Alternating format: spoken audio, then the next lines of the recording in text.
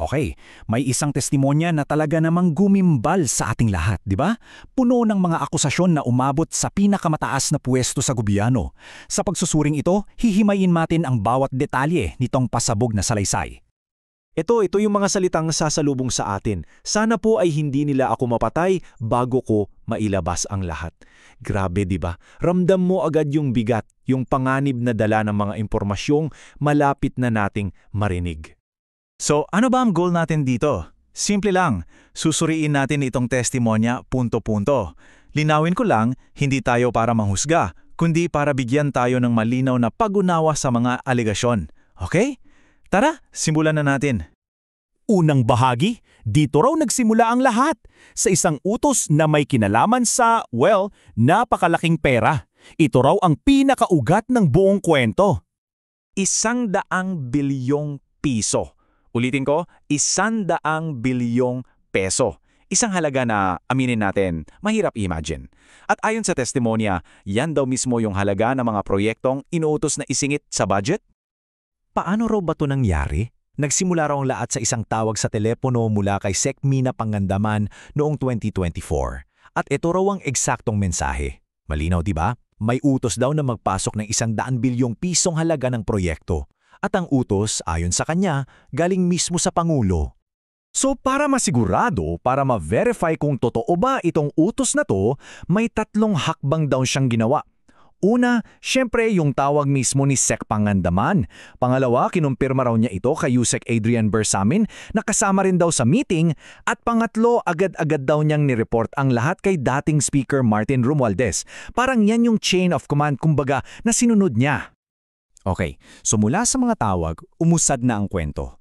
Nagkaroon na ng isang aktwal na pagpupulong. Dito, yung sinasabing verbal na utos, nagkaroon na raw ng pisikal na anyo, isang listahan.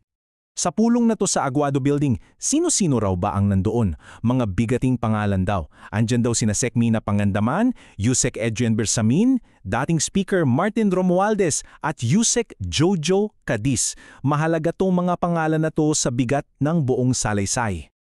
Siyempre, dito napapasok yung tanong ng lahat. Kung may listahan nga, saan naman yun galing? Ang sagot dito, ayon sa testimonya, ay isa sa mga pinaka-hindi malilimutang detalye kung hindi man pinakakaiba sa buong kwento.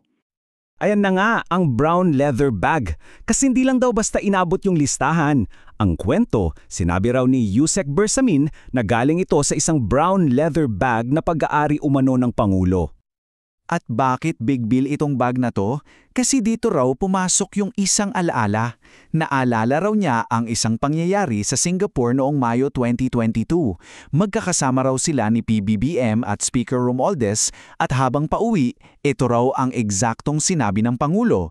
Para sa kanya, parang yun yung nagkonekta ng lahat. Isang confirmation na yung utos at listahan totoo ngang galing sa pinakamataas. Pero hindi pala naging ganong kadali yung pagsunod sa utos. Dito na raw nagsimula yung problema. Partikular sa budget. May isang fundamental rule daw kasi na mababangga. Kasi ganito yan, may sunusunod na panuntunan sa budget. Hindi pwedeng mas malaki ang pondo ng DPWH kesa sa pondo para sa edukasyon. So kung ipapasok mo yung buong 100 billion sa DPWH, lalabag yan sa batas. Kaya ang naging solusyon daw nila ay hatiin na lang 50 billion sa DPWH tapos yung natitirang 50 billion ilagay sa unprogrammed funds. Para safe, di ba? Pero yung mungkahi na yun, tinanggihan daw. Ito raw ang naging tugon na ipinarating sa kanya ni Sec Pangandaman na galing daw sa Pangulo. Isang mariing pag-utos na walang puwang para sa kompromiso. Ang utos ng hari, hindi pwedeng mabali. Matapos ang mga isyung yan sa budget, dito na nag-iba ang ihip ng hangin. Yung kwento, lumipat na mula sa usapin ng pera patungo sa personal na sinapit ng nagsasalita. Ayon sa kwento niya, umalis siya ng bansa noong July 19, 2025 para sa isang medical check-up. Ang plano niya, babalik siya pagkatapos ng SONA. Pero habang pauwi na, may isang tawag siyang natanggap. At yung tawag na yon ang nagbago ng lahat. Kaya heto siya ngayon, nagsasalita na. Ito raw yung eksaktong sinabi sa kanya sa telepono ni dating Speaker Romualdez, isang utos na manatili sa labas ng bansa. Pero may kasamang pangako na siya ay aalagaan, base raw sa utos ng Pangulo. At nung una, naniwala siya. Pero habang tumatagal, nagbago raw ang pananaw niya. Yung pangakong aalagaan ay naging isang paraan daw para gawin siyang poster boy ng korupsyon. Ang pakiramdam niya, ginawa siyang panakip-butas.